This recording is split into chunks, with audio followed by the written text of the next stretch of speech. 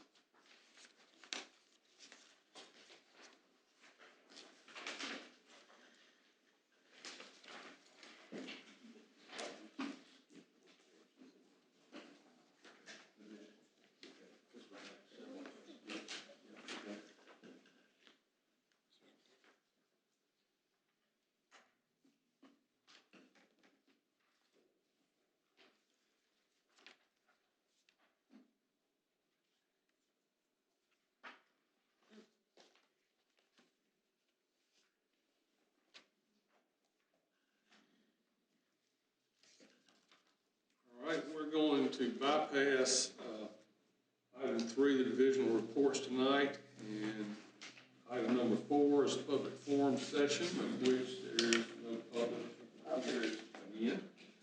So that brings us item number 5, Blake. Right after it. All right, we're going to be reviewing the September 30 financials tonight. No big surprises here. Every division fared better than this time last year, except with the exception of the sewer division. The consolidated gain for the month of September was $81,468. Electric almost identical to last year, $166,561. Gas a little bit better than last year, loss of $142,136, and water showed a gain of $32,468. And finally, sewer, a net gain of $24,575. No big expenditures or unusual transactions for the month of September. Our capital budget, we're still well behind budget, page 11.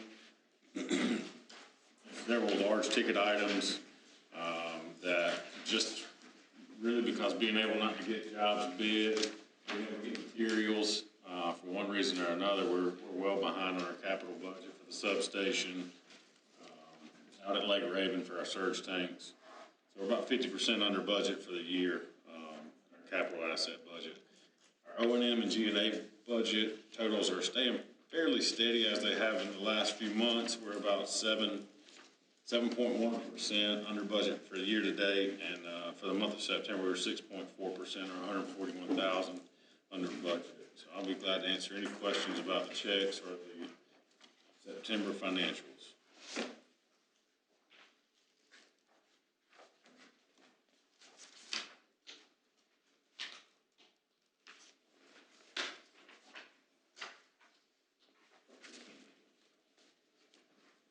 On the capital expenditures between now and the end of the year, I know we're going to look at the budget here in a minute, but what are your thoughts on the things that we're not going to get to in this calendar year? So several of these items will be carryovers into the next budget, such as the substation at Hunter Park. There is a slight chance that we'll be able to close out the Lake Raven project if the surge tanks come in. By December, everything else is kind of sitting there ready to go. We're just waiting on the tanks at this point. other large items. But there definitely will be some carryover items. If you remember the substation, there's gonna be a bond issuance or a loan involved with that one. But we can't issue bonds until we're ready to purchase, because you only have so many months that you have to expend those before you are dealing with compliance issues with the tax exempt status. So there'll definitely be some carryovers that you'll see in the budget. We are bidding the RIA grant money that we awarded last year. That'll go up for bid tomorrow. It'll advertise for a month, so we'll open bids for that in December. We'll actually open bids for the transformers at the end of this week. So we are making progress. Transformers will take us next forever to get, right? Yes, sir. Mhm.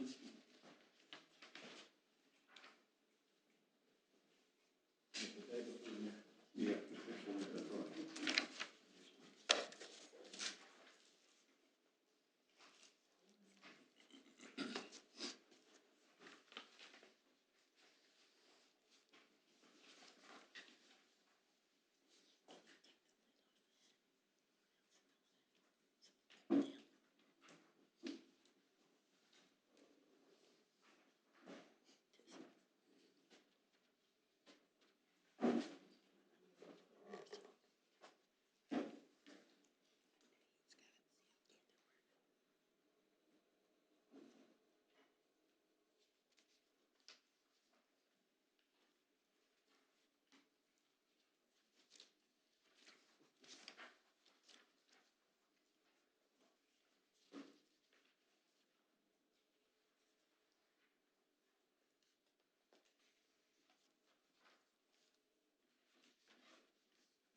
Anybody have any questions about the checks over 1,000?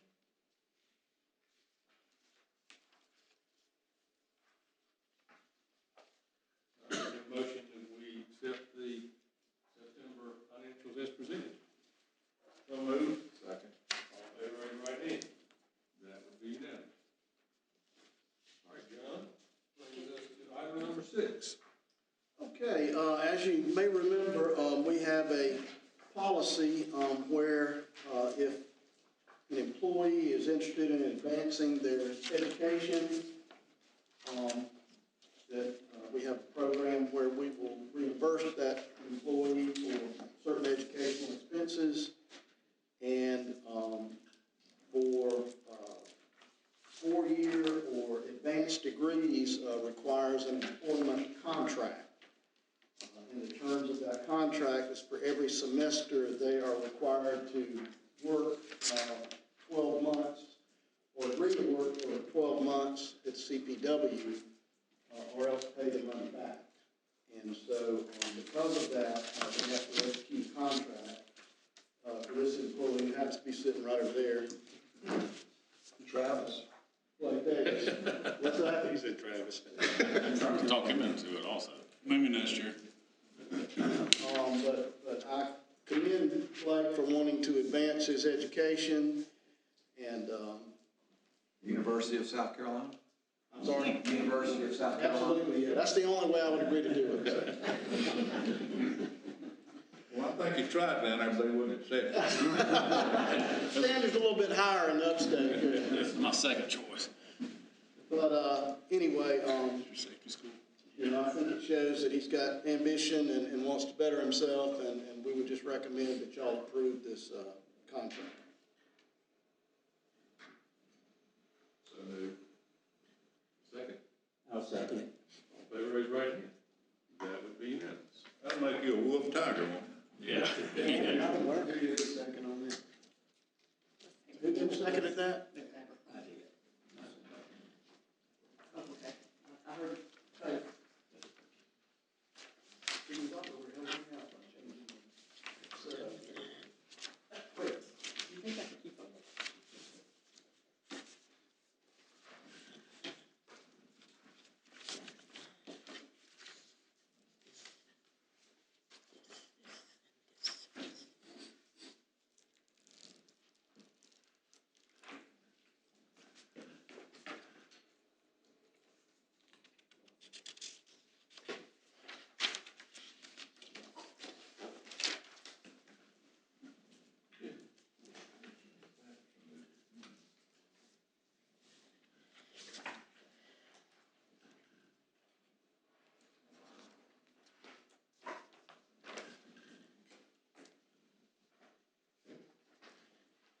right, John. Item number 7. Okay, you should have had in your packet a copy of the resolution 21-07. This has to do with the Lawrence County Water and Sewer Commission. Back in 1981, we entered into a 40-year contract to purchase raw water. And just for the media, we purchase what we call raw water directly from Lake Raven. That water is pumped from Lake Raven all the way to our water treatment plant located right down the street here. And that is our only source of drinking water. So it's very important that we have a good contract to purchase that water, or else the city of Lawrence goes dry. Okay. Realizing that this contract will end December 14th of this year, they have agreed to temporarily extend the contract for 6 months, same terms as we're paying now.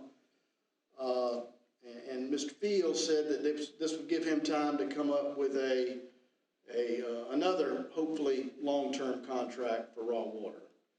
So this is a temporary measure, but this resolution authorizes me to execute the documents and whatnot required to extend that contract. Have any questions, any discussion? Not to hear a motion that we adopt resolution 21-07. So moved. Second. All in favor, raise your right hand. That would be unanimous.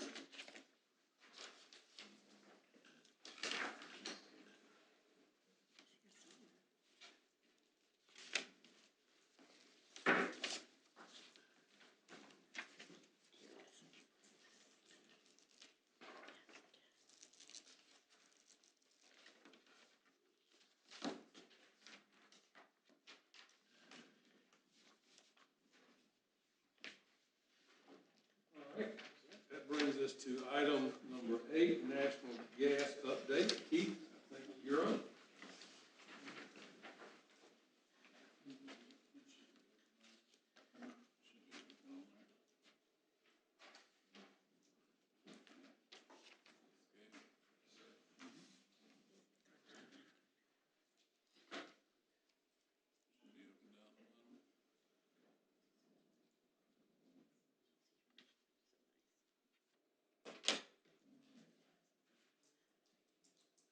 Yeah, we're going to go ahead and update you on the natural gas.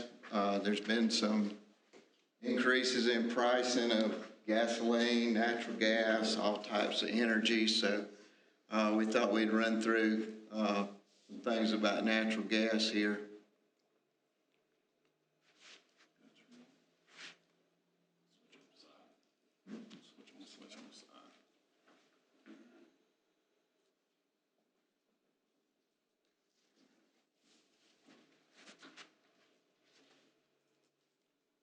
There we go. First of all, we're going to cover how we get gas to Lawrence, just so for the media and all. The natural gas is gathered from the wellhead. That comes from Texas, Louisiana, Alabama, down the south area that way. We also have access to the Marcellus Shale up in New York and Pennsylvania. Now that Transco's reversed the flow on some of their pipes coming north to south instead of everything south to north like it used to years ago. Once it's gathered, it hits the Transco pipeline. There's a number of pipelines across the country. Transco is the one that serves us, and it delivers the natural gas to our pipes. Then our pipes will deliver the gas to the customer, and then the customer piping inside their house delivers the natural gas to whatever appliance they're powering with the gas.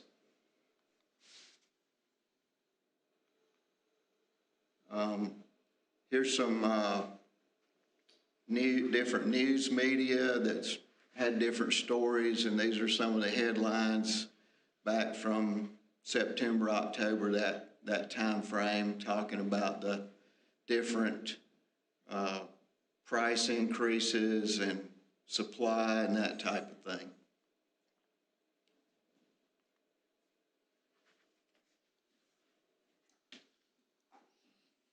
There's been big increases in prices, as some of those headlines showed you. It's up 400% from June of last year to now. From June of this year, it's up 200%. That's on the wholesale pricing. And why is this happening? There's been a lot of increase in the exports. You may have heard in past years when I talked about exports coming online and all. Europe and Asia's buying a lot of gas. Japan, about 35% of their electric generation is from natural gas. And they also buy a lot of coal from the United States, some of the western states and all. Any coal that's produced in the United States, almost all of it's going offshore somewhere. We don't use very much coal here anymore. These countries are at record amounts. They're about 11 BCF or almost 12 BCF a day that's being exported to these countries. To put that in perspective, that would be about 14 to 15 times our system's annual usage that they're exporting every day. The supply is still lower, although the supply has recently come up. In the last report I got today is that the supply is at the highest it's been in 2 years now. It's up to about 93.5 BCF a day, where it was around 91, something like that. So it's up a little bit. And the prices abroad are about 4 times what it is here. So they're paying a lot, big dollars for this natural gas that they're exporting. So that's what's driving a lot of these gas companies wanting to export the gas. They can make more off of it, sending it overseas than selling it here. The other thing is the production's been down until the report today that came out. It's up a little bit. And one of the reasons was to do new wells or to bring old wells back online, it was higher cost because of labor cost and everything involved in that. There's also a cost of materials. When they're fracking a well, they inject high pressure water and different chemicals along with sand. So once they crack the rock, then that sand gets in the crack and holds it open so the gas can escape. So there's higher cost on all of that. So that's sending the price of the gas up some as well. The front side of the curve on the pricing is very sensitive to the weather forecast. 1 week they'll be saying it's going to be a cold winter and that'll send the price up, and the next week they'll say it's not going to be so cold and it might relax a little bit, but it's very sensitive to the forecast. If with the lower supply and the higher demand now, if the winter is cold, it can be a difficult for the natural gas market. So what are we doing about that? What's the CPW doing about these situations? We've absorbed a lot of these wholesale increases so that try to keep the prices down to the customer. Our base rate has not changed since January of 2016. So we're holding that base rate right now. The natural gas rate for the CPW is less than half of the state average, although we do plan a $2 increase in the monthly facility charge for 2022. Some more things that we've done or are doing. You may have remembered the steel line replacement project and a lot of the gas meters that's being replaced. That has the meters will measure the gas consumption more accurately. A lot of those meters were older and wasn't measuring all the consumption. And the older lines and all would have more leaks on them. We do a leak survey every year to see where we've got any leaks, and then they go repair those leaks that are found. That's estimated to save about $420,000 every year. We entered into a gas purchasing agreement last year, and we've been on that about a year now, and it gives us a 22-cent discount per decatherm off of about a third of our supply each year, and that runs for the next 29 years, and that's given us about a $71,000 savings in the past 12 months. We've modified our swing service, and that saves us about $100,000 every year. And we also adjust our pipeline capacity from time to time, and that saves us about $125,000 a year. The customers, they can weatherize their house, insulation, weather stripping, that kind of thing around the windows and doors and the ductwork, and make sure that the filters are changed out regularly, and that type of thing will help the customer. If you have your system inspected and tuned, that can help in the efficiency of it running. They should also check the filters when that's done as well. Anytime you set your thermostat up above 68 in the winter, it's going to cost you 3 to 5% more. Programmable thermostats will help some. You can program it to be a little bit higher when you're getting ready to leave home in the morning, have it warm up in the evening, but at night and during the day, let the temperature drop a few degrees. The space heaters, although they feel warm and seem like a little heater, wouldn't use a lot of energy, but those are very expensive to run, so you want to minimize the use of those. And then our balanced payment plan that we offer here at CPW, that'll spread your payments out evenly over the whole year, so you don't have a big payment in the middle of the winter, and it'll also help with air conditioning in the middle of the summer. Does anybody have any questions? What about swing thing? What is that? What is what? The swing? Our swing service, we have different categories of gas supply. We'll have a base load that is an even amount we get every day, and we want to have that to where the lowest amount of your usage would be right at the top of your base load. Then, as the temperature goes up and down and you use more or less, or different industries are running or not, it'll cause that usage to fluctuate each day. So that swing service covers that difference, because we have to balance what we have put on the pipeline way down in Louisiana, Alabama, Texas, where I was talking about the gas was gathered from the wellheads.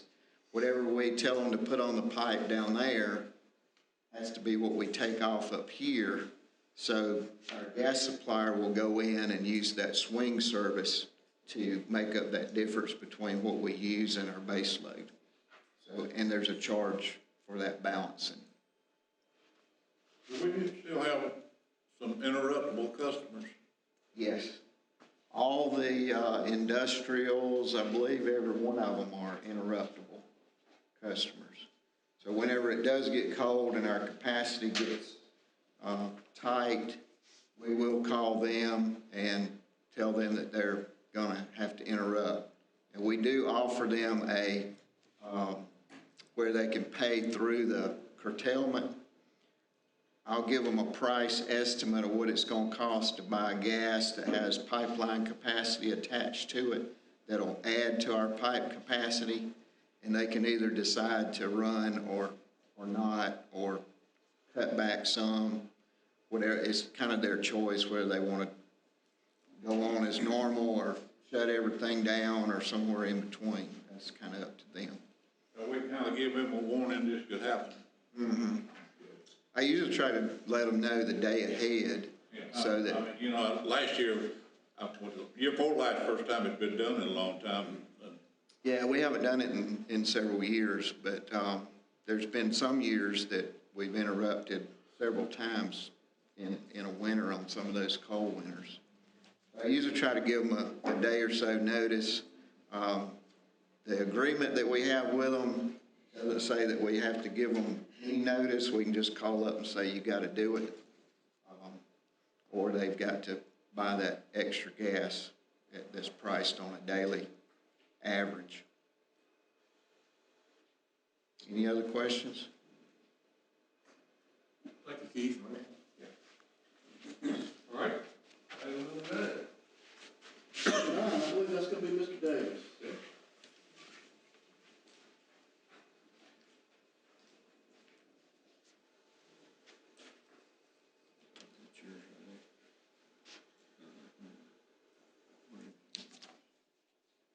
It's on the desktop.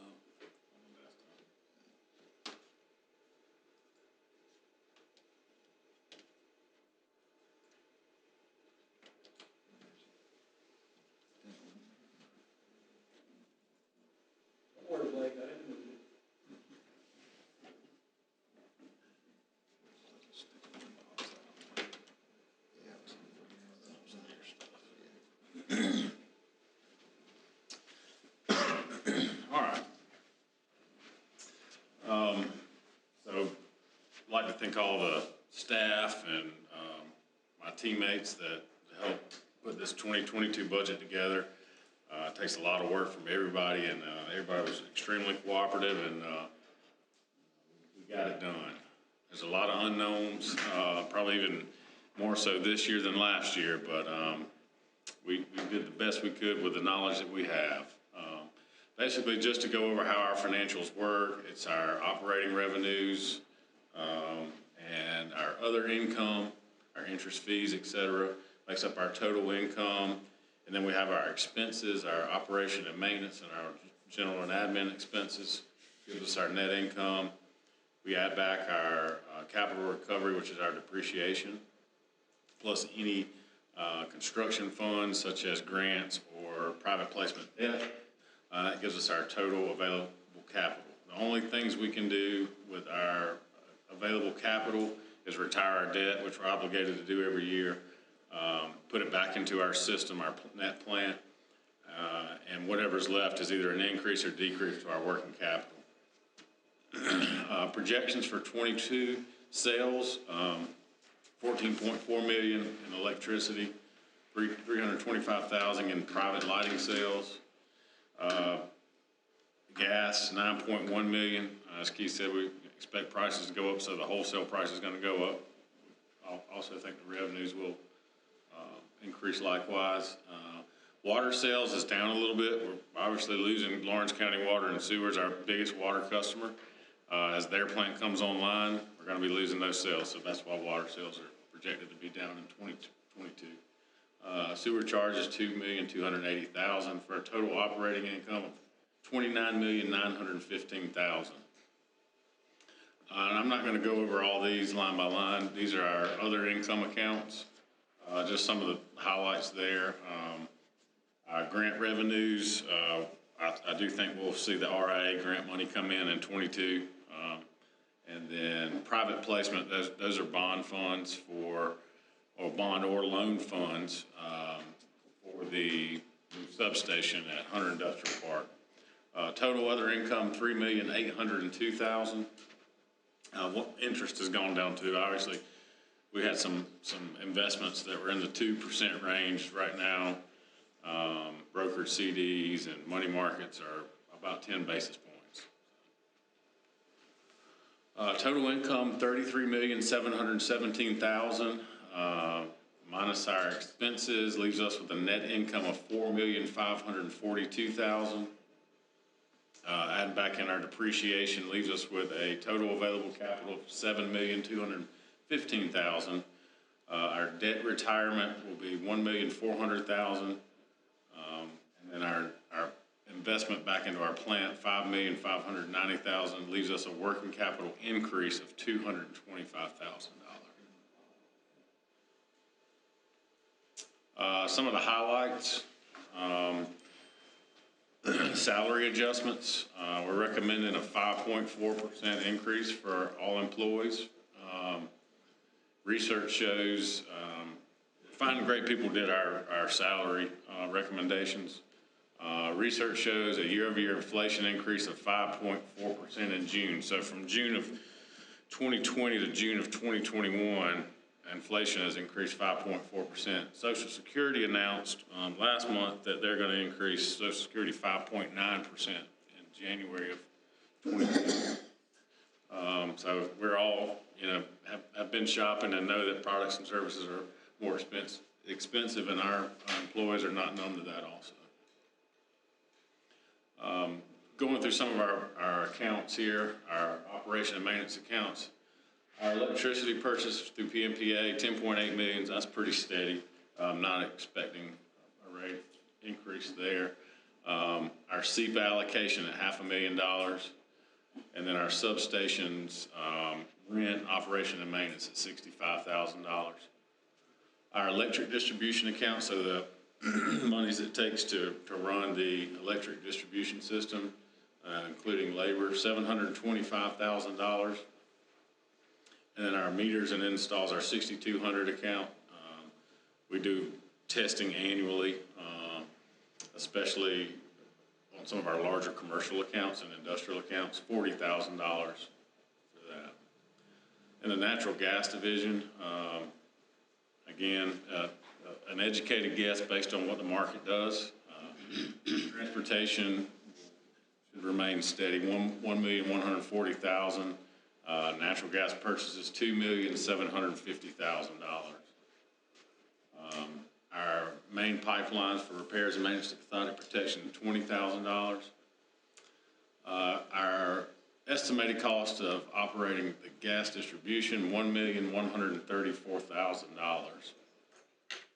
Gas meters and installs, this is for meter testing in our gas division and our meter regulator painting, $65,000.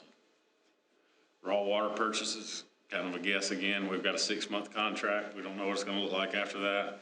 Obviously, we're going to be purchasing less when Lawrence County Water and Sewer cuts their million gallons a day off. So it's going to cut our production in about half. But we don't know what that contract's going to look like. So that's our best educated guess there. Electricity from the pump station, that's going to come down some too, because we're not going to be pumping as much water. $135,000. The water plant, the cost to run the water plant, we're estimating $754,000. Water distribution, $625,000.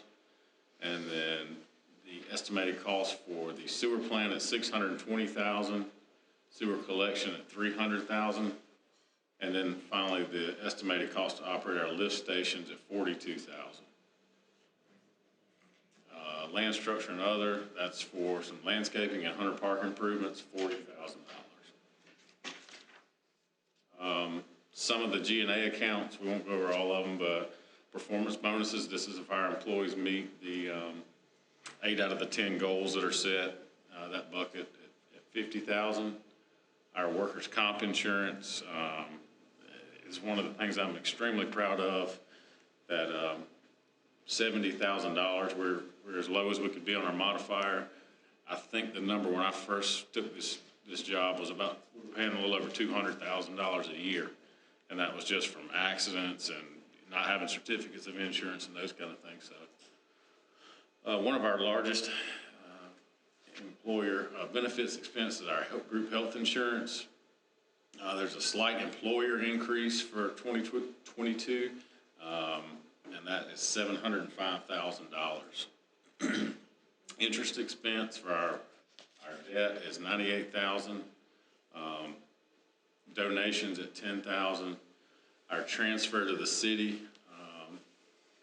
we anticipate that to be around $750,000, and then depreciation is $2,673,000. Just some of our other accounts, community relations, $80,000, dues and memberships. PUPS is our organization that administers all the locate tickets. That's gone up to about $12,000 a year. And then our safety programs, $44,000. Some of our capital expenditures, Hunter Industrial Park substations, transformers. We expect site work and, prep to begin there also. And then, then will come the steel, concrete steel. So this is kind of our estimate of where we think we might be at the end of next year, $2.5 million. Replacing regulators, $51,000. And then our AMI meters and one additional charging station, $156,000. And then one truck replacement in the electric division at $38,000. Mainline extensions in the gas division, $200,000. And then some the distribution for RMUs, rectifiers, and pressure charge for ANOBES, $20,000. Meter and installs for gas division, that's a big number. We replaced over 1,400 meters since November of last year. And if we can get the meters and the ERTs in, we expect to do another mass change out last year. A lot of the meters that we were changing were 20 plus years old, so they're way out of service. Transportation equipment, there's 2 trucks, 2 service trucks, and a ditch witch, $115,000 for a total of $193,000. Water lines, the 2-inch water main replacements. We do have some water lines permitted, so we're ready to start working on those. Powderhorn and then Douglas Street will be next on that list. Replacements and repairs at the water plant, $201,000. Turbidimeters is the big ticket item there at $75,000. And then just one truck for the sewer plant and a piece of an attachment for one of the pieces of equipment in the water distribution crew. Sewers, we expect to get our I&I project completed next year, $800,000, and then $11,000 at the lift stations. Office building, the big ticket item there is completing our warehouse paving project. They're supposed to begin phase 1 in the next 2 weeks, so we'll be able to complete phase 2 next year and have that behind us. Office equipment, we're going to have VM storage and firewall. We're going to be getting off of PMPA, so that's not something we really have a choice about, and I think Traps feels better about controlling it himself anyway. SCADA, there again, we had SCADA in the budget this year. This will be another carryover item. There was an issue with the hardware and chips and computers this year, so Bob didn't feel like we should proceed down that road this year, but hopefully we can get it done. And then replacing car 1, $60,000. And these are our reserve funds, total of $200,000 in our reserve funds, and then our bond principal payments that we have to send to sit in a trust, $1.4 million. This just shows, this pie chart just shows where every penny of every dollar goes. Almost 50 cents of every dollar that comes in goes to our electric wholesale, gas, and water. The next largest is our remaining O&M and G&A expenses. And then 12% is our capital additions, and I broke out salary separate. It's 11%, and retiring our debt at 4%. Recommended rate adjustments. In In this budget, there are no consumption or energy increases. They're only facility charges, so that'll be a fixed, flat adjustment. In the electric division, we're recommended the residential rate go from $12.50 a month to $13.75. That is a $1.25 per month increase. The natural gas, Keith had this in his presentation. We're recommending going from $10.75 to $12.75 a month. And one of the things about raising the facility charge is we may be able to offset and absorb more of the cost of the natural gas. In the water division, a standard inside the city residential meter from $11.50 to $12 a month.